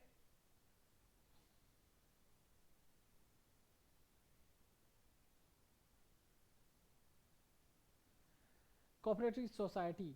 अब पहले कोऑपरेटिव सोसाइटी कहते कैसे जानो, डिफाइन कर देता हूँ थोड़ा। कोऑपरेटिव सोसाइटी देखिए, ऐसा सोसाइटी मीन्स ए सोसाइटी जो रजिस्टर्ड है और deem to be registered under any law relating to cooperative society for the time being in force in any state. कोई स्टेट में कोई कानून बना हुआ है कि कोऑपरेटिव सोसाइटी एक्ट के जरिए आपको आपने कोऑपरेटिव सोसाइटी बनाया है तो उसको रजिस्टर करवाना है, तो भी माना जाएगा कि कोऑपरेटिव सोसाइटी है। अब रजिस्टर कौन करवा सकता है कोऑपरेटिव सोसाइटी के लिए? कि हमने कोऑपरेटिव सोसाइटी सेटअप कर रखा है, इस्टेब्लिश कर रखा है, क्या प्रोविजन है, तो रजिस्टर करवाना है उस एक्ट के द्वारा। डिफरेंट स्टेट ने अपना अपना एक्ट बनाया है, उस एक्ट के तहत आपको एक तो रजिस्टर होना चाहिए। अब है कौन है रजिस्टर कर सकते हैं, करवा सकते हैं, तो उसके लिए मैं बताऊंगा। तो जैसे कुछ इंडिया में के कुछ जो नाम सुना होगा फेमस, उनका एग्जांपल दे दिया कोऑपरेटिव सोसाइटी। जैसे हो गया आपका, थोड़ा थोड़ा ये टाइट हो जाता है मेरा ये, हाँ जी थोड़ा हो सकता है अब अच्छा हो। अब देखें, अमूल नाम सुना होगा ना, अमूल की दूध है, दूध होता है दिल्ली में या हर जगह, बिहार में भी, गुजरात में तो है ही मेन। अमूल, अमूल की दूध होता है, दूध लोग खरीदते हैं, तो अमूल एक कोऑपरेटिव सोसाइटी है। लिज्जत पापड़ सुना होगा, लिज्जत लिज्जत पापड़, हाँ पापड़ ही, लिज्जत कंपनी के नाम से पापड़ आती है। कंपेयर टू अदर पापड़, लिज्जत का पापड़ पे क्वालिटी अच्छा होता है, खाने में टेस्ट, आई थिंक प्राइस भी थोड़ा ज़्यादा होता है। ऐसा नहीं कि प्राइस कम होता है, अमूल की दूध की प्राइस ऐसे नहीं कि अमूल की दूध की प्राइस कम होती है। इंडियन कॉफ़ी हाउस एक है, कोऑपरेटिव सोसाइटी है। ऐसे ही नाम है, Indian farmer fertiliser cooperative limited, ऐसा है ये। प्रतिभा महिला सहकारी बैंक, बैंक है कोऑपरेटिव बैंक जिसको बोलते हैं, ये है। फर्टिलाइजर, ये सब एग्जांपल आगे मैं दूंगा। फर्टिलाइजर के लिए, किसानों के लिए हुआ तो ये इंडियन फार्मर फर्टिलाइजर। ये लोन लेने के लिए, लोन देने के लिए, जो भी हो, पैसा लोगों को पैसा आप जमा कर सकते हो या वहाँ से लोन सरकार लोग लोन ले सकते हैं कम इंटरेस्ट पर। उसके लिए फीमेल चाहे तो अपना सेल्फ हेल्प ग्रुप बनाए, लोग बहुत सारे औरतें मिलकर कुछ काम करें, उसके लिए लोन चाहिए तो यहाँ से लोन ले सकती है। पापड़ खाने पीने के लिए जो हो गया, दूध के लिए हो गया। कॉफ़ी हाउस, कॉफ़ी पीने का लोगों को शौक है तो कॉफ़ी कॉफ़ी का सेल करना, तो इंडियन कॉफ़ी हाउस ऐसे ही है। बस इतना जाने, अभी आगे और बताऊंगा। ऐसे एक कोऑपरेटिव सोसाइटी हुआ। अब देखें कोऑपरेटिव सोसाइटी होता क्या है, थोड़ा ये, एक cooperative is an autonomous association, मतलब ऑटोनॉमस को बोलते हैं क्या, स्वायत्त कह सकते हैं हिंदी में। ऑटोनॉमस मतलब कहीं ना कहीं इंडिपेंडेंट है, मतलब अपना गवर्नेंस करने के लिए किसी और पर डिपेंड नहीं, अपना ही खुद अपना डिसीजन लेंगे कि हमको कैसे, कौन मेंबर होंगे, कैसे कौन नहीं होंगे, हम क्या हमारा पॉलिसी रहेगा, कितना हमको प्रोडक्शन करना है, कितना बेचना है, क्या रेट फिक्स करना है, हम डिसाइड करेंगे। ऑटोनोमस है, इसमें किसी और का इंटरफेरेंस नहीं है। जैसे जैसे कोई इंस्टीट्यूशन है, ऑटोनोमस इंस्टीट्यूशन है। जैसे मान ली कि ऑटोनोमस इंस्टीट्यूशन है, अगर मान ली कि एक पल के लिए मैं एग्जांपल देता हूँ, बड़े जैसे जिपमर मेडिकल कॉलेज है जहाँ मैं रहा, तो बताया भी पहले, तो ऑटोनोमस था। ऑटोनोमस मतलब वो जो स्टूडेंट का एग्ज़ाम अपने यहाँ ही कंडक्ट कराते थे, थ्योरी भी प्रैक्टिकल भी, रिजल्ट खुद पब्लिश करती थी। पहले ऑटोनोमस नहीं था, तो उसका जो फाइनल ईयर का जो एग्ज़ाम होता था ना, वो कोई और बॉडी, पौंडीचेरी की जो यूनिवर्सिटी होती थी वो कंडक्ट कराती थी, बच्चों का सेंटर कहीं और जाता था। जब ऑटोनोमस हो गया तो बच्चों का सेंटर कहीं और नहीं जाएगा, एग्ज़ाम का पेपर भी सेट खुद जिपमर ही करेगी, वही एग्ज़ाम होगा, रिजल्ट भी खुद पब्लिश करेगी। पहले एग्ज़ाम का क्वेश्चन कोई और सेट करता था, ठीक है, एग्ज़ाम कहीं और होता था, कॉपी चेक करने वाले कोई और इंस्टीट्यूशन जो भी हो, पौंडीचेरी यूनिवर्सिटी वो डिसाइड करते थे, रिजल्ट वो पब्लिश करते थे। यहाँ का मान ली कि किसी का कह सकते हो सिंपल एग्जाम्पल के बेसिस पर ये एग्जाम्पल देकर समझाया, ऑटोनोमस हो गया, ये इतना ही जाने। तो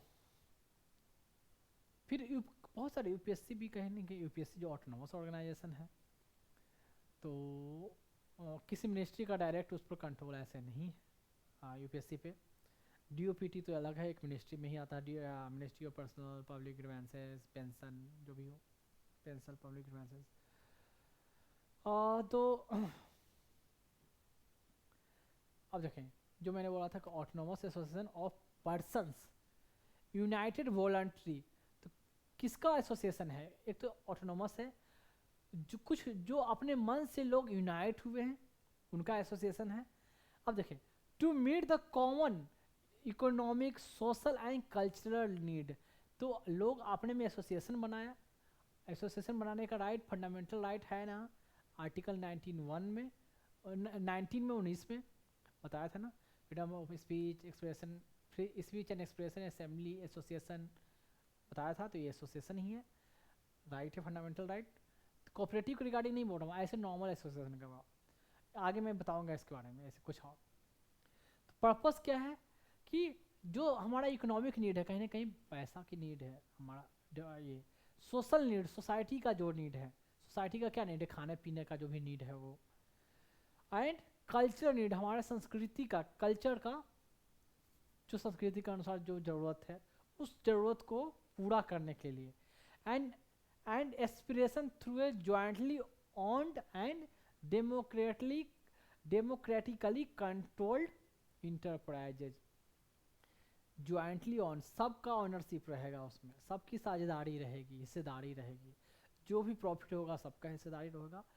डेमोक्रेटिकली कंट्रोल मतलब इसका इलेक्शन होगा, इसके चेयरमैन बनेंगे जो भी हो, तो हर साल इलेक्शन होना चाहिए, ऐसा नहीं कि कोई पहले से किसी का कब्जा है तो हमेशा बिना इलेक्शन का वही रहेगा। जो प्रॉफिट होगा सबके बीच में, सब मिलकर डिसाइड करेंगे क्या स्कीम, क्या करना चाहिए, कितना प्रोडक्शन करना चाहिए, कहाँ सेल करना है, क्या रेट रखना चाहिए। तो डेमोक्रेटिकली कंट्रोल इंटरप्राइजेज, समझ गया। तो अब है ऑटोनॉमस, वॉलंटरी, यूनाइटेड हुआ, नीड, गोल क्या है, economic social and cultural need को पूरा करने के लिए, एंड ज्वाइंटली ऑन करेंगे, सबका ऑनरशिप रहेगा, एंड डेमोक्रेटिकली कंट्रोल मतलब इलेक्शन होकर करने का मतलब लोगों की इच्छा के अनुसार उस पर कंट्रोल रहेगा, जैसे लोग चाहेंगे वैसा कंट्रोल करेंगे, एडमिनिस्टर करेंगे। तो ऐसा इंटरप्राइज जो हुआ उसको कोऑपरेटिव बोलते हैं। अब देखें, इसमें सरकार के मतलब हम आप कोई ऑफिसर इसमें नहीं है, इसमें जिन्होंने जिन्होंने जो पैसा लगाया, एफर्ट किया, और एक कोऑपरेटिव सोसाइटी या इंटरप्राइजेज ऑर्गेनाइजेशन जो भी सेटअप किया कह सकते हो, उनका कंट्रीब्यूशन है, उनका पैसा वो डिसाइड करेंगे, वो करेंगे। इसमें कोई बाहर से कोई ऑफिसर का इन्वॉल्वमेंट डायरेक्ट यहाँ नहीं है, यह है कोऑपरेटिव सोसाइटी। अब देखें कुछ इसके बारे में, based on the cooperative value of self help, मतलब क्या वैल्यू है, क्या इसका मूल्य है, क्या मतलब एक तरह आदर्श है कि आप सेल्फ, खुद को सहायता करना है, खुद की जिम्मेवारी होनी चाहिए, डेमोक्रेसी होनी चाहिए, डेमोक्रेसी में सबकी बात सुना जाए, for the people, all the people, by the people, लोगों का द्वारा सरकार, मतलब यहाँ शासन हो करने का मतलब ये ऑर्गेनाइजेशन सेटअप हो, सबके लिए शासन हो, सब मिलकर करें, ये हुआ डेमोक्रेसी। इक्वलिटी की बात, सबको इक्वल, मतलब जिसका जितना कंट्रीब्यूशन रहेगा उतना उसको शेयर मिलेगा।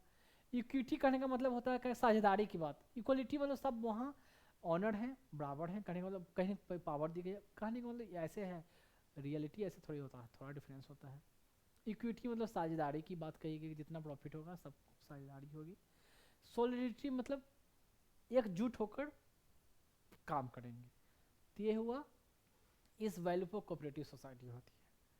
अब देखें, it is based on the important philosophy, important philosophy एक क्या है, known as all for each, सभी, all for each and each for all, सब लोग, ऑल हर कोई के लिए है और हर कोई सबके लिए है, ये इसका फिलॉसफी है। ऐसे फिलोसफिकल बातें हैं कुछ, ये सब आंसर राइटिंग में, ये लिखने में थोड़ा कह सकते हो को डेकोरेट करने का काम करता है, आपकी आंसर राइटिंग की खूबसूरती को थोड़ा बढ़ा देता है। जो आपके जो आंसर चेक करने वाले हैं तो थोड़ा इम्प्रेशन थोड़ा ज़्यादा बनता है, 0.5 मार्क्स का ही बने तो बनता है थोड़ा ये। अब ऐसा नहीं कि मेन कंटेंट नहीं दिया, ऐसे ऐसे अच्छी बातें कर दिए तो आपको नंबर मिल जाएगी। कंटेंट तो पहले आपको देना ही देना है, साथ में ये सब कुछ छोटी जैसे कहते हैं ना कि आप क्या आप कोटेशन दे सकते हो क्या, पहले तो कंटेंट जान जाए ना, पहले ही कोटेशन रटने पे बच्चे लगे हुए हैं कि ये कोटेशन वो कोटेशन आंसर राइटिंग में दे दिया। कंटेंट पता हो तो ही कोटेशन काम आएगा, कंटेंट पता ही नहीं हो, सही से जानते नहीं या कोटेशन में कोटेशन भरे जा रहा है, कोई फायदा नहीं है। तो टॉपिक खत्म होने के बाद मैं बता दूं, थोड़ा सा मैं अपने चैनल के बारे में कोई प्रमोट एडवर्टाइज नहीं कर रहा, बस थोड़ा सा बताना पड़ता है। ये हमारे चैनल जो आप यूट्यूब पर जो देख रहे हो उसका तो नाम ऑलरेडी पता चल गया होगा, तभी आप खोल कर देख रहे हो। तो ये यूट्यूब पर चैनल इस नाम से है, और मेरी जहाँ भी लोगो होगी हमारा तिरंगा वो होगा। फेसबुक पे, ट्विटर पे जिसको एक्स बोलते हैं, या यूट्यूब पे या इंस्टाग्राम, वेरीवर। तो इसकी जो आईडी होगी इस नाम से देख सकते हैं, ऐसे इसे सर्च कर सकते हैं। क्या है @Dr.Vikas IAS, ठीक। एंड नेक्स्ट चलते हैं, और जैसे सब लोग बोलते हैं या एज यू विश जैसे फॉलो करो, क्या बोला जाता है, like subscribe and follow, something like that, तो योर विश। अगर अच्छा लगे तो ही करेंगे, अगर बेनिफिट हो रहा है तो ही करेंगे, कोई कंपलसरी कोई दबाव ऐसा नहीं है, ठीक है। खुद अगर लगा कि हाँ हमने समथिंग डिफरेंट अचीव किया, कुछ मुझे अच्छा मिला, देन ओनली, कोई कंपलसरी नहीं है। और जो मैंने कोशिश की है बेस्ट से बेस्ट देने की, मैंने अपने बच्चों के लिए कोशिश की है। और ये इंस्टाग्राम का है, तो इंस्टाग्राम का ये लोगो, जैसे यहाँ यूट्यूब का लोगो था, ये इंस्टाग्राम का लोगो है। और जो हमारी जो आईडी है ये पता नहीं है, थोड़ा आगे पीछे हो गया है, इसमें एक साथ होनी चाहिए था, पता नहीं मैं स्लाइड में करता हूँ तो ये आगे पीछे हो जाता है, मैंने पहले भी बताया है। तो एक साथ में ही होगी, Dr.Vikas_IAS। तो ये रहेगा आपका इंस्टाग्राम पर। हालांकि यूट्यूब, इंस्टाग्राम जितने भी हैं सब लिंक किया हुआ है, तो एक से जाकर दूसरी जगह आप जा सकते हो। तो थोड़ा सा इसकी एक जगह कर लेंगे, ये अपन अप डाउन हो गया है। लैपटॉप में तो नॉर्मल दिखता है स्लाइड में, पर इसमें करने के बाद यहाँ ऐसे आ जाता है डिजिटल बोर्ड पे। तो ये चला जाए, ये एक बार कोड भी इंस्टाग्राम में शायद जनरेट होता है, इसलिए ऐसे है। तो बार कोड को स्कैन करके भी चाहे तो वहाँ पहुँच सकते हैं। तो ये वीडियो हर जगह अवेलेबल होगी, कुछ शॉर्ट जो बोलते हैं छोटे वीडियो भी डालना, तो वो सब डाला हुआ मिलेगा आपको। तो अगर स्कैन हो जाती है तो वीडियो से तो गुड। इसको थोड़ा मैं और जूम कर दूं, ये रहा इंस्टाग्राम का। अब देखेंगे ये है ट्विटर, जिसको अब एक्स बोलते हैं, पहले ओल्ड ये था ट्विटर एंड अब हो गया है एक्स। तो एक्स में जो हमारी अकाउंट है ऐसे फॉर्मेट जो आपको दिखेगी ऐसे इस तरीके से दिखेगा। और जो आईडी जो होता है @Dr.Vikas_IAS, तो इस नाम से आएगा ऐसे। एंड नेक्स्ट है फेसबुक पे। तो फेसबुक पे इस नाम से फेसबुक का लोगो एंड जो चैनल रहेगा उस पर ऐसे आएगी, और आई थिंक सिंपल ये डालने से ही शायद ओपन हो जाए या आपको सामने विजिबल होगा। तो ये आप देख सकते हो, ठीक है। और चलते हैं लास्ट, थोड़ा अजीब सा लगता है बोलने में, पता नहीं। ये है बार कोड, एंड मैंने जो पर्पस बताया किन बच्चों के लिए मैं ये कलेक्ट कर रहा हूँ। मैं एक बात बता दूं कि जिन बच्चों के लिए मैं कलेक्ट कर रहा हूँ ना, वो ऐसा नहीं है कि वो ऑर्फेंज रहेंगे, उनको मैंने अपनाया है। तो एज ए उन बच्चों का सिर्फ जैसे मैं बता दूं, कोई अपने बच्चों को पालता है, कोई बाप अपने बच्चों को पालने के लिए मेहनत करता है, ठीक है। तो बस बेसिकली वही है कि मैं उन बच्चों को अपने पालने के लिए मैं ये मेहनत कर रहा हूँ। तो उन बच्चों का सिर्फ मैं बाप ही नहीं हूँ, मैं उन बच्चों का माँ भी हूँ, दोनों हूँ। तो सोचे मुझे उससे कितनी ज़्यादा मेहनत करनी पड़ेगी, ठीक है। कोई मैं एनजीओ, मैं क्लियरली कर दूं कि मैं कोई एनजीओ नहीं चला रहा हूं, कि एनजीओ अगर चलाऊंगा तो पर्पस तो वही हो गया, बात तो वही हो गई कि बच्चे ऑलरेडी तो कोई अनाथालय एनजीओ कोई चला रही है, तो वहां से लाके मैंने फिर से यहाँ अनाथालय में झोंक दिया। तो ये कोई एनजीओ नहीं है, ये मेरे बच्चे होंगे, तो इसलिए उनके लिए मैं लोगों से डोनेशन नहीं मांग रहा हूँ। मैं जिनसे भी मांग रहा हूँ एज फी मांग रहा हूँ, एज गुरु दक्षिणा बोले वो मांग रहा हूँ, ना कि डोनेशन की बात मैंने की है। तो मैं अपने बच्चों के लिए एज बाप की तरह, एज बाप है नहीं, सिर्फ बाप एंड माँ दोनों की तरह मैं उनके लिए मेहनत कर रहा हूँ, ठीक है, उनके नरिशमेंट के लिए, और उनके लिए मैं फंड रेज कर रहा हूँ, पैसे कलेक्ट कर रहा हूँ। तो ये पर्पस है, ना कि है कि डोनेशन मांगना या चंदा मांगना उन बच्चों के लिए, बिल्कुल नहीं। तो ये क्यूआर कोड है, गूगल पे का है, शायद आपको दिख जाए, स्कैन हो जाएगी वीडियो से, नहीं होती है तो फिर कोई बात नहीं, नीचे यूजर कुछ यूपीआई आईडी मैंने ऐसे मेंशन कर दिया है, योर विश, ये है यूपीआई आईडी एंड थोड़ा बड़ा account number and IFSC code. तो मैं बोल दूं यूपीआई आईडी क्या है, विकास VIKSH JIP JIPMER @okay axis. ऐसे मैंने ऐसा बनाया नहीं, अपने आप ऑटोमेटिक ऐसे आ जाता है। एंड अकाउंट नंबर जो मेंशन है 9200100216200810, मुझे भी कोई अपना अकाउंट नंबर याद नहीं था, मैं बता दूं। एंड IFSC कोड वो भी मुझे याद नहीं है, वो भी है UTIB 003494, सॉरी 000 है, UTIB 003494, ये IFSC कोड है। तो पर्पस बता दिया, आपकी विश बता दिया, जो भी हो, बाकी ये यहाँ तक ये, और फिर आगे धीरे धीरे ऐसे नेक्स्ट चैप्टर पर मैं चलते रहूँगा। तो ऑलरेडी मैंने कवर किया है, बताया है। एक बात और, पॉलिटी में आपको ज़्यादा कनेक्शन मिलेगा, एक चैप्टर से का लिंक बहुत से, पर जब मैं इकोनॉमिक्स पढ़ाऊंगा ना, उसमें रिलेटिवली थोड़ा कम लिंकिंग रहेगा, पर जहां लिंक रहेगा मैं थोड़ा थोड़ा इंट्रोडक्शन देकर चला आगे बढ़ूंगा। पर पॉलिटी में बहुत ज़्यादा लिंक है, तो एक चैप्टर के साथ बहुत सारे मल्टीपल चैप्टर कवर हो जाते हैं, ठीक है, क्लियर। तो डरना नहीं है, धीरे धीरे सब चीज़ हो जाता है, शांति से ध्यान से पढ़ना है। और मैंने ऐसे पढ़ाया है कि यहाँ तक कि बच्चा तक मैंने ऐसे पढ़ा है कि अगर 10th क्लास का बच्चा हो, अगर वो टाइम दे, ध्यान से देखे, आराम से फोकस करे, तो वो आसानी से समझ सकता है, ठीक है। तो आपको इसमें आपको सिर्फ इंटेलिजेंट की जरूरत नहीं है, साथ में आपको इसके लिए क्या है, पेशेंस की जरूरत है, कि आप ध्यान से सुनो, बैठो, पढ़ो, तो ही आप समझ सकते हो, ठीक है। तो मैंने हर पहलू को जो मैंने बताया है कि हर एस्पेक्ट को मैंने कवर की है। तो यहाँ तक इतना, बाकी बहुत सारी डिटेल बाकी जब बीच बीच में तो आते ही रहता है, तो आगे मैं बताते रहूँगा, या अभी जो बताते रहूँगा ऑलरेडी कवर हो चुका है, मैं बता चुका हूँ पहले भी कि ऑफलाइन ऑलरेडी मैंने ऑलमोस्ट खत्म कर दी है, पर ऑनलाइन जो कंटेंट है वो अब आपको अवेलेबल हो रहा है ऑनलाइन के फॉर्म में, क्लियर है। तो अभी तो पॉलिटी वाली मिलेगी आपको, बाद में उसके बाद आपको इकोनॉमिक्स की क्लासेस मिलेगी आपको ऑनलाइन फॉर्म में।